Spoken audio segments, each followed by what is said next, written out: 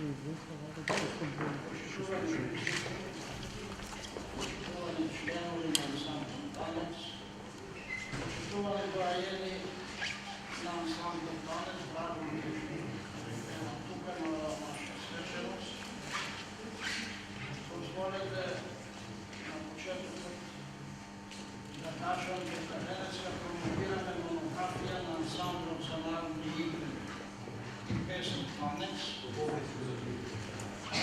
objavljena po povod 65 godišnjinata od njegovog postojanja. Kako što možete da vidite, monografijata nosi naslov Tanec, dušata na Makedonija. Vi samite znajete zašto je to naslov, zato je što Tanec na istina je nosi dušata na Makedonija. Iako knjigata ima i autori, i redakcije, i sramotnici, sakam da kažem da ova knjiga je ispišala pravotelnika na Tanec. On je od osnovanja to prvata generacija pa do poslednjega.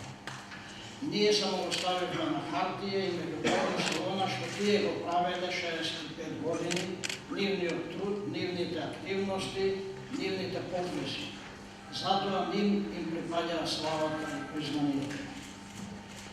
Ova knjiga ima povete poglavlja, pokraj povedните tekstovi ќе sretнете и документи за основањето на Танец, поглавје Танец во странство, меѓу нашите во диаспората и кај соседите, Танец во хуманитарни мисии, знаете дека има многу повеќе такви мисии, наградите и признанията што ги добивал, Танец е добитник на највисоките признанија и во поранешна Југославија и во сегашна Македонија.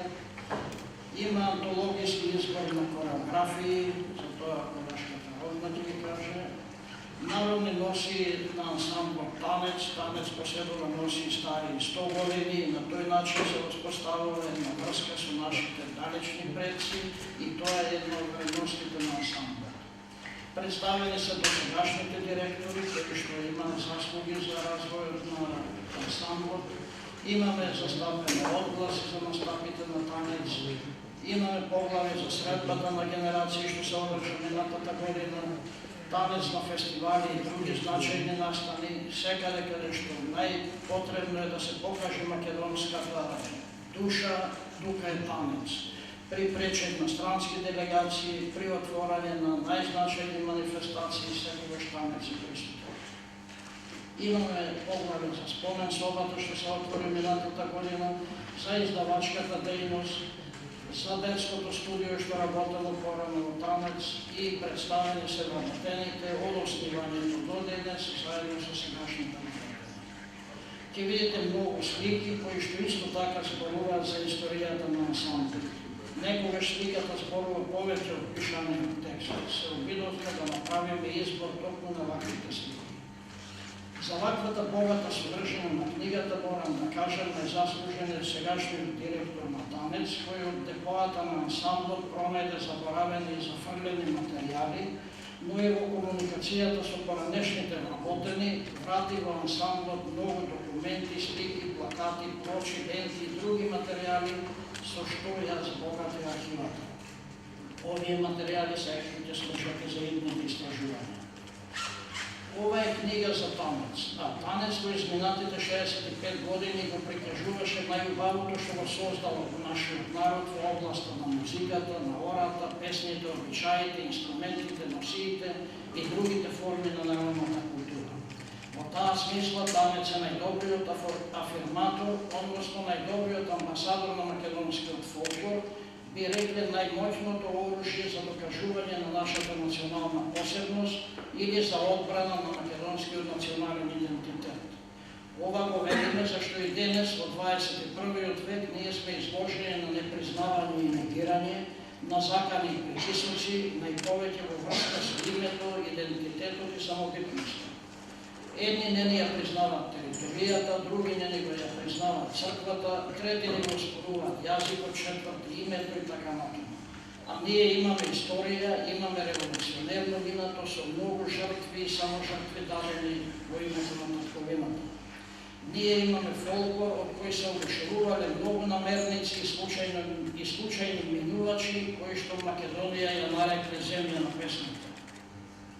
На првото гостување во странство, Танец ја освои првата награда во Ламболен 50 година.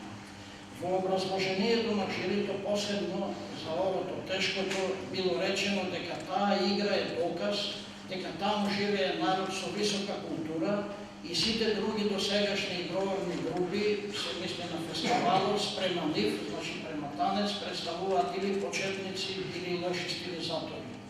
Тоа е признание за Танец, но и за македонскиот фолклор и за македонската народна култура воопшто. Еден наш собирач и истражувач на македонската песна по име Јосиф Чешмеджиев вели дека секој што ја слушнал нашата песна занемувал од војски. Еден посетител пак германец запишал дека да се биде осветинал на празникот е неповторливо доживување. Тој бил одушевен од многу нешто што видел, но најповеќе од религиозната посветеност на игрорците. Чешкиот истражувач, музичар, сликар, писател и така натаму Лудвиг Куба присуствувал на галичката свадба 1927 година и кога ги слушал острите и пронижувачки мелодии на зурлите и на таханите, помислил дека така може би звучела музиката на Стариот Завет, од која се срушиле ериконските кампи. Апокалиптични представи ми минаа ми свеста, вели тој. Имав чувство дека така би звучал последниот повик за денот на страшниот суд. Вие самите сте сведоци дека ниту една друга институција од областа на културата не ги бранува емоциите кај публиката како што тоа го прави Танец. Иако има институции што трошат многу повеќе пари. Со право Стојан Христов, нашиот писател во Соединените Американски држави, при посетата на Македонија во 1954 година вели дека едно патување од Америка до Македонија е оправдано само за да се види Танец. Јас сум патувал многу, вели тој, и сум видел многу нешта во светот. Сум гледал во Америка представи што чинеле милиони долари, но не сум видел за една вечер толку убавено, концентрирана во една единствена представа како што се представите на ансамблот.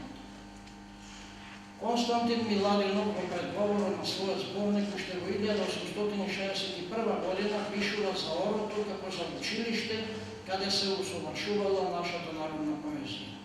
Имаме повеќе сведоштва дека орото било повеќе од забава. И Блаже Коневски во едно искажување за Радио Скопје сведочи за едно оро што било инспирација за неговата песна Тешкото. Во текот на окупацијата и војната, вели тој, веројатно 1942 година на Великден во Прилеп, како и другите години се одржуваше еден вид селски собор. Тоа се повторуваше секоја година. На соборот доаѓале селаните, везените, како што во Прилеп ги наречувале заради богатиот вес на носилата.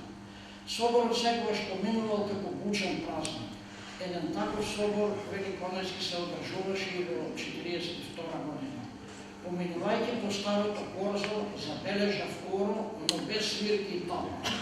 Може би само некој кавал свирал, но во тоа не сум сигурен. Ми остана во сеќавање како едно глуво оро. Одеднаш во таа слика нешто ме порази. Тоа беше сериозноста со која тие луѓе играа како да вршат некој религиозен обред. Беше војна немаштија, а некои посиромашни девојки беа дошли боси поналани. Нивните ликови, сериозноста, обредската предаденост не можев да не ги запомнам, чувствувајќи дека во таа сцена се крие нешто подлабоко. Во војна, сред несреќи и трагедии, сепак едно оро се игра. На својот ден, едно нешто побитно е за луѓето, зашто е вечно и продолжено. Навистина, што може песната? Зошто нашиот народ е толку приврзан кон орото, кон песната, кон музиката? Зошто пееме и кога се надуваме, но и кога сме тажни?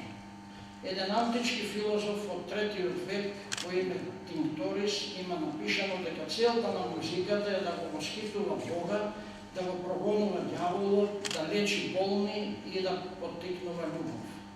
Ова констатација најмногу може да се однесува токму за нашата музика и за нашата народна песна. Песната може да утеши, да поттикне, да мобилизира, може да создаде атмосфера, да го подигне расположението. Особено во револуционерните времења со песна се живеело, но со песна и се умирало. Владиката Натанаил Кучевишки во една прилика рекол дека добро е додека народот пее и ништо не е загубено додека му се пеат песните. Григор Приличев пак за песната 1762 лето вели дека прв пат била испеана при копачењето на старото и садењето на новото лозе.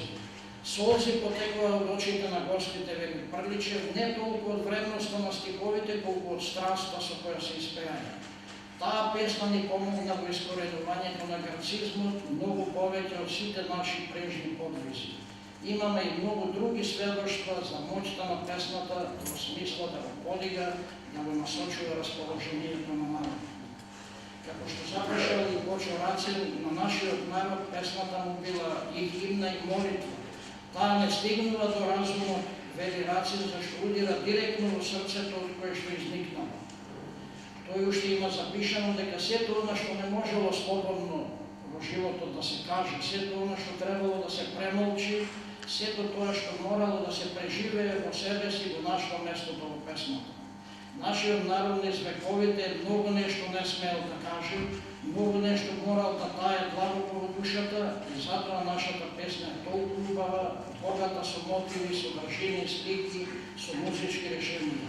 Затоа и како текст, и како мелодија стои на исто равниште со најголемите светски достигнувања и во поезијата и во музиката.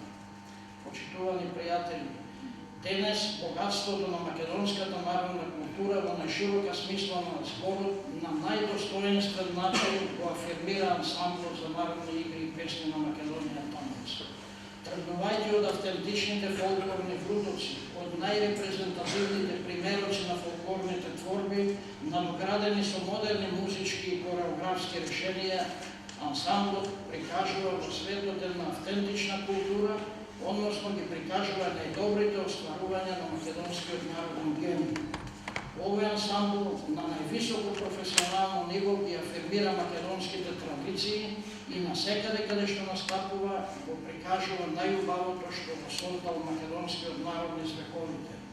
Оттука овие настапи со интерес и одушевување се следени од луѓе од различни националности, различни вери, луѓе што им припаѓаат на разни култури, зашто јазикот на уметноста е разбеден за сите. На крајот можам само да посакам ансамблот и натаму да продолжи со овошна работа до сега. Ви благодарам.